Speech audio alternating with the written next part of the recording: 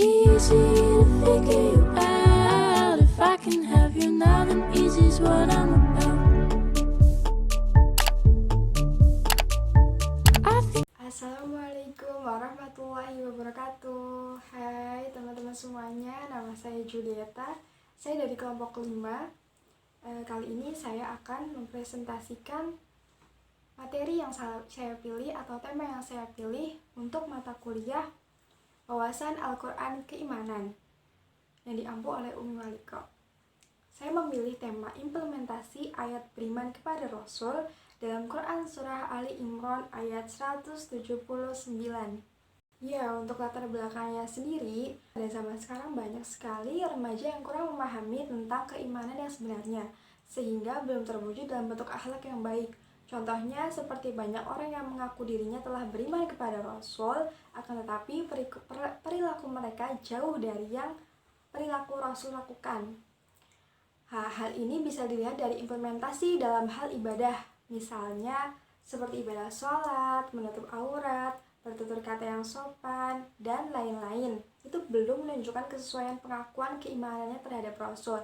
Maka diharapkan dalam penelitian ini bisa meningkatkan implementasi iman kita terhadap Rasul, seperti itu. Ayat yang saya pilih yaitu Quran Surat Ali Imran ayat 179.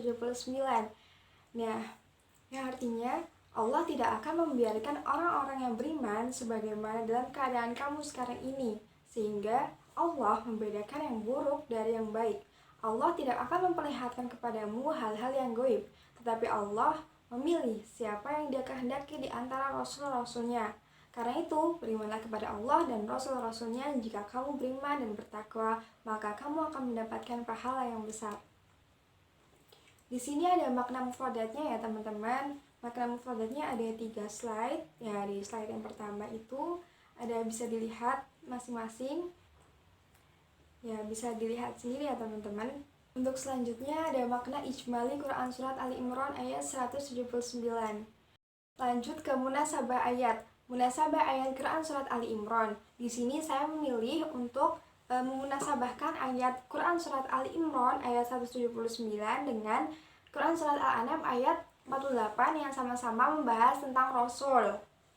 Bisa dilihat ya teman-teman, Quran Surat Ali Imran dan Al-An'am ayat 48, Ali Imran ayat 179 itu saling terhubung dan berkesinambungan karena sama-sama menjelaskan tentang perintah untuk beriman kepada Rasul. Analisis penulis. Di dalam Al-Quran sering disusulkan kata takwa sesudah kata iman. Seperti halnya kata zakat sudah kata sholat. Hal tersebut menunjukkan bahwa iman barulah sempurna jika disertai dengan takwa. Sebagaimana halnya sholat barulah sempurna jika zakat dikeluarkan. Oleh karena itu, seseorang yang sudah beriman termasuk beriman kepada Rasul pasti akan senantiasa menjaga dirinya dalam ketakwaan. Ayat tersebut merupakan salah satu ayat yang menenteramkan hati Nabi Muhammad SAW, bahwa dalam ayat tersebut Allah tidak akan membiarkan kaum muslimin bercampur baur dengan kaum musyrikin atau kaum munafik.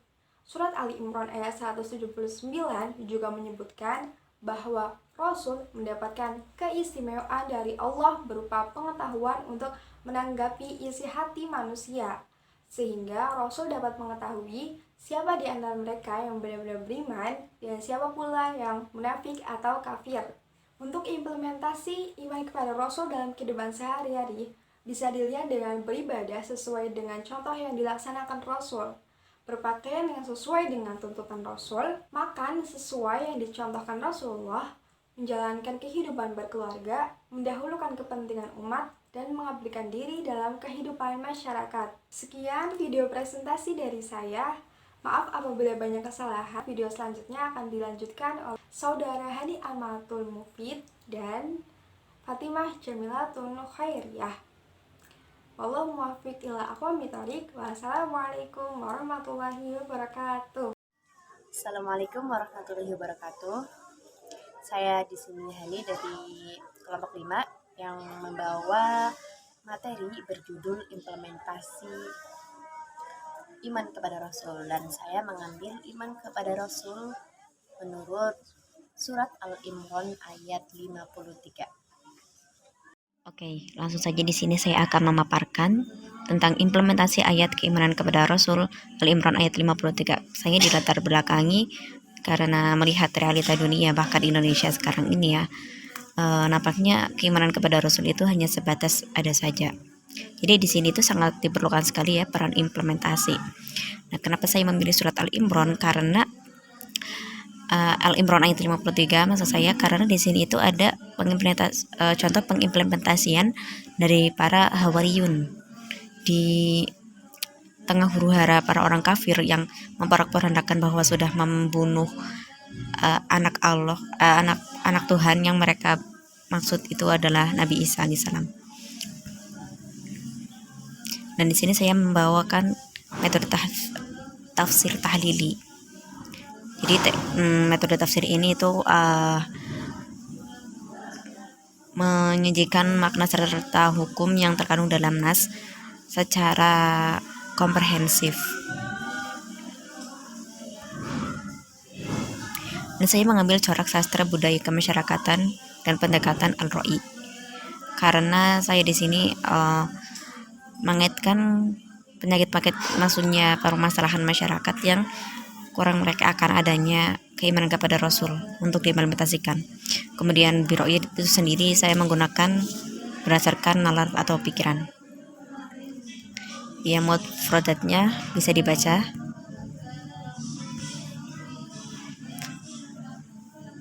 Kemudian ini surat serta terjemahnya.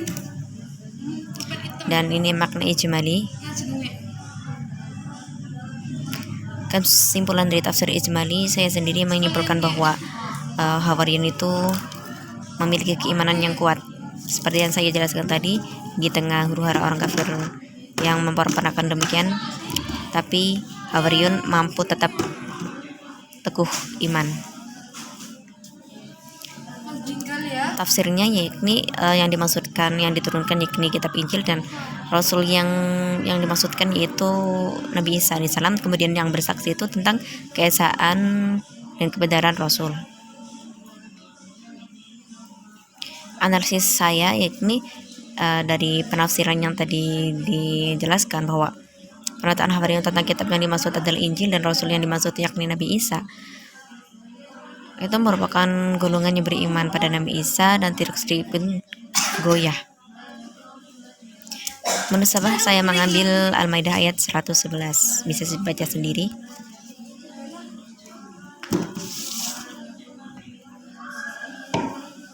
Oke, contoh pengimplementasiannya dari surat Al-Imran ayat 53, yakni jika saat kita merasakan pada posisi genting dalam dua pilihan, yang satu itu berseberangan dengan petunjuk dari Rasul dan yang satunya sesuai dengan Rasul, tapi kita menjadi kaum yang minoritas, maka kita harusnya memilih yang mengikuti Rasul meski kita termasuk kaum yang minoritas. Terima kasih. Ya, sekian presentasi dari saya, semoga dapat bermanfaat. Mohon maaf atas segala kesalahan. Wallahu muwaffiq ila aqwamit thoriq. Wassalamualaikum warahmatullahi wabarakatuh.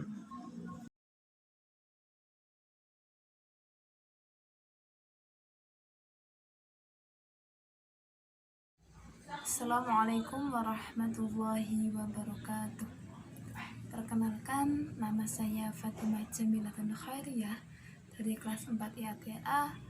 Di sini saya akan menjelaskan tentang implementasi iman kepada Rasul dalam surat An-Nisa ayat 80. Silakan dengarkan penjelasan berikut sampai selesai.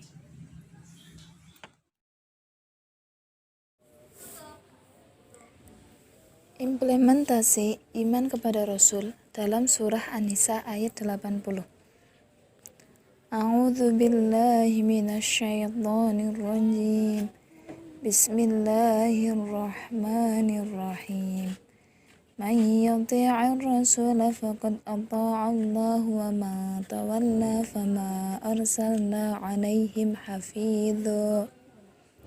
Barang siapa mentaati Rasul Muhammad, maka sesungguhnya dia telah mentaati Allah.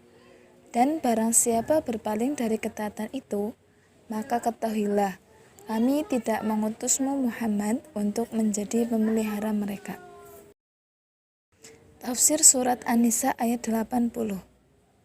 Yakni, tafsir ayat ini menjelaskan barang siapa mentaati Rasul dan mengikuti ajaran-ajarannya seperti melaksanakan sholat, berpuasa, sedekah, berbuat baik kepada orang lain, maka sesungguhnya dia telah mentaati Allah, karena Allah yang telah mengutusnya. Dan barang siapa berpaling dari ketaatan itu, seperti bermalas-malasan dalam beribadah, menggunjing orang lain, kufur atas nikmat Allah, maka dia akan mendapatkan laknat dan siksa dari Allah. Maka ketahuilah bahwa kami tidak mengutusmu, wahai Nabi Muhammad SAW, untuk menjadi pemelihara mereka, sebagai orang yang bertanggung jawab dan menjamin mereka. Karena pada hakikatnya tugas Nabi Muhammad SAW hanyalah menyampaikan kabar gembira yang diperintahkan oleh Allah SWT dan sebagai perintah untuk seluruh umat manusia, terutama umat Nabi Muhammad SAW. Munasabah ayat surat An-Nisa ayat 80.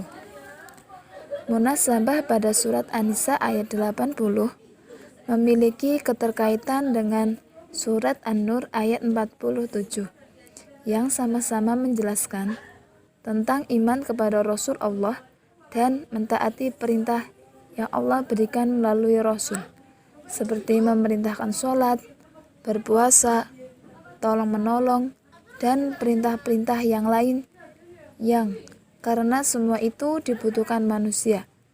Dan ada pula tentang orang yang berpaling dari ketetapan yang telah ditetapkan oleh Allah melalui Rasul-Nya.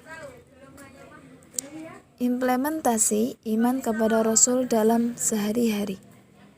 Yang pertama, menjauhi apa yang dilarang oleh Rasulullah SAW. Kedua, menjalankan apa yang diperintahkan oleh Rasulullah SAW. Yang ketiga, menjadikan Rasul sebagai suri tauladan. Yang keempat, berusaha untuk senantiasa menjalankan sunnah-sunnah Rasul. Yang kelima, bersolawat atasnya dengan solawat yang dicontohkannya. Yang terakhir atau yang keenam, berani menjadi seorang pemimpin dalam membela kebenaran, seperti yang dicontohkan oleh Rasulullah SAW. Analisis penulis. Ketaatan kepada Rasulullah SAW merupakan suatu bentuk ketaatan kepada Allah Subhanahu wa Ta'ala. Karena pada dasarnya ketaatan kita kepada Rasulullah SAW ini seharusnya bukanlah hanya berangkat dari ayat-ayat Al-Quran semata. Akan tetapi ketaatan kepada Rasul karena beliau merupakan sosok yang sangat ideal untuk diteladani, seperti memiliki pribadi dan akhlak yang sangat mulia. Dan dalam ayat ini ditegaskan bahwa hakikatnya Rasulullah SAW diperintah hanya untuk menyampaikan kabar berita dan peringatan, sedangkan perintah dan larangan Allah Subhanahu wa Ta'ala merupakan wujud kasih sayang Allah kepada kita. Sekian pemaparan materi dari saya, kurang lebihnya mohon maaf. Allahul muwaffiq ila aqwamit thoriq. Assalamualaikum warahmatullahi wabarakatuh.